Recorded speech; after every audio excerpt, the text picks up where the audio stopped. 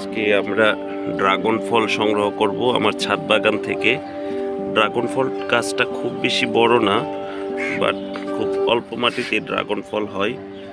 আমি একটি রঙের ড্রামে ড্রাগন ফলটা গাছটা সেট করেছি। আপনারাও ওইভাবে করতে পারেন, তবে গাছটা যাতে একটু দাঁড়ানোর মতো জায়গা পাই ওইভাবে গাছটা দিতে হবে, সেট করতে হবে।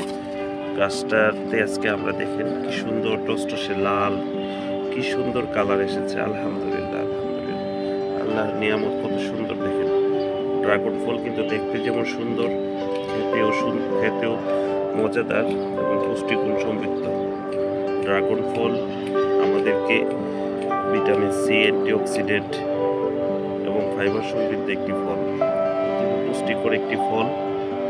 ড্রাগন ফল আমাদের রোগ প্রতিরোধ ক্ষমতা বৃদ্ধি করে, যেমন সুস্বাদু খেতে, তেমনি আমাদের রোগ প্রতিরোধ ক্ষমতাও বৃদ্ধি করে এবং হৃদরোগের এটা অনেক উপকারী একটি ফল। গাছ লাগান, পরিবেশ বাঁচান, এবং শৌখিন বাগানিরা যারা আছে আমার মতো, তারা তো অবশ্যই ছাদ বাগানে একটি হলেও ড্রাগন ফল গাছ লাগাবেন।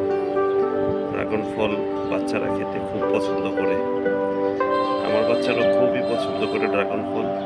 রেড কালার হওয়াতে ড্রাগন ফলটা সবাই পছন্দ করে, বাচ্চারা খেতে খুব পছন্দ করে।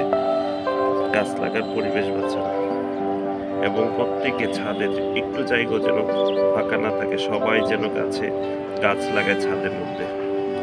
সবাইকে দেখার জন্য ধন্যবাদ, এবং চ্যানেলটা সাবস্ক্রাইব করে দিবেন।